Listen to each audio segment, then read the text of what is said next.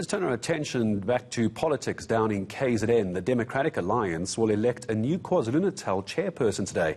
It's essentially a three-horse race between KZN Chief Whip Francois Rodgers, eThekwini caucus leader Nicole Graham, and his deputy Emmanuel Mhlongo.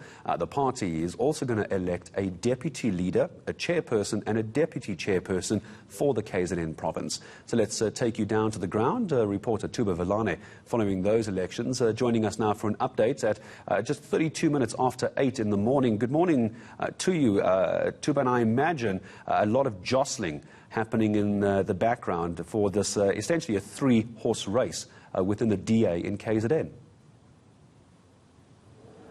Yes, that's exactly what is taking place here at the Durban ICC, where the Provincial Congress for the Democratic Alliance is taking place.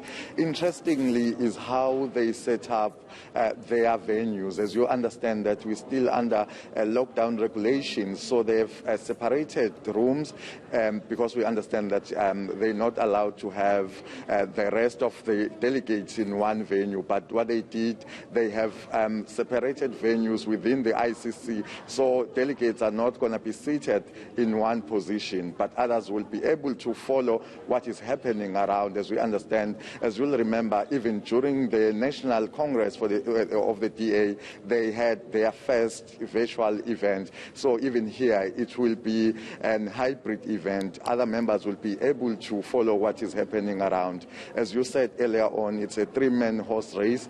Nicole Graham, who's the leader of the DA in eThekwini, as well as Francois Rodgers, who is the MP from the KwaZulu-Natal legislature, and Emmanuel Mhlongo are the front runners. But I'm going to speak with one of the candidates, Nicole Graham. Nicole, we're just a few minutes away from the final decision. How are you feeling? Good morning, Thuba. Yeah, I'm feeling strong. You can see I'm behind my COVID barrier here, but I'm feeling very strong. I think we've done all the work we can do, and now the decisions are up to the delegates. You know, that's the beauty of this kind of democracy. You put your offer on the table, and ultimately people must decide what works for them. And I was looking at the way that you guys have been able to deal with the issue of numbers, how you sort out the issue of the delegates. How was that possible? Do you mean the setup of the venue? The setup of the venue. Well, I think it's been done quite cleverly. As you can see, you know, we do have three very separate venues, and delegates from one venue can't get into other venues. So as a candidate, I'm allowed to sort of come where I am, but I can't go and actually engage delegates only in my venue. I'm allowed to, so this is not my venue.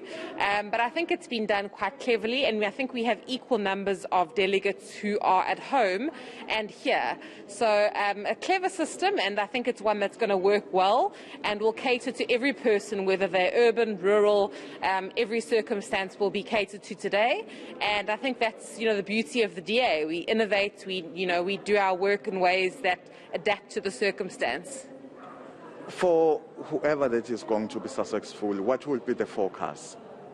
Look, I think obviously we're looking down the barrel of a really important election. I'm in local government, and we are facing what I think is South Africa's most critical election.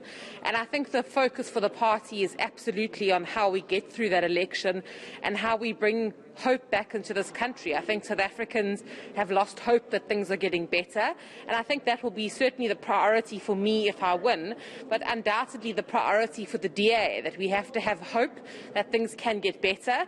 I think we've got a number of municipalities in KZN, eThekwini, Moyamsindhuzi, a number that are under the control of the IFP, where we really can make a strong showing and be in a position to influence governance. And that really, I think, is important for us, that people know that it's not all over in KZN and South Africa. There's a lot to fight for, and as the DA, we are ready to fight for that future. The outgoing leader, Nicole, we saw him gaining more support even from rural areas where the DA previously was not able to penetrate. Do you think the new phase that is going to come is going to be able to continue with that? Well, I think leadership is not about faces, and I think that's been proven throughout, many studies that we've done. leadership is about building teams that are capacitated, skilled, supported, and are on the ground and working, and being able to build a framework that people can believe in and follow and unite the organisation. So certainly I believe that I've got the capacity to win votes in urban areas, which I've shown in the eThekwini. We were the only metro to have grown in 2019 in a difficult election for the DA.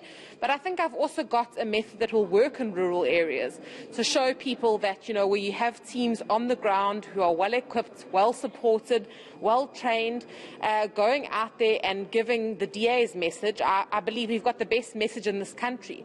Who wouldn't want to live a life of more, diversity, openness, transparency, fairness, opportunity? It's about how we get that message to people. So certainly my plan is to continue building on our rural vote base as well as our urban vote base, and I believe I can do both of those things. Thank you so much, Nicole, and all the best. That was one of the candidates, Nicole Graham. She's positive about the conference that is taking place here. You will understand that there are about 575 delegates that are going to be taking place, participating in this Congress. Others are here physically, but others will be following through the visual system. It's how politics have changed during COVID. A lot of things going online and limited politicians in the same place. So Thuba Vilane down at the Durban ICC for us. Back with him again later as those elections for the DA get underway.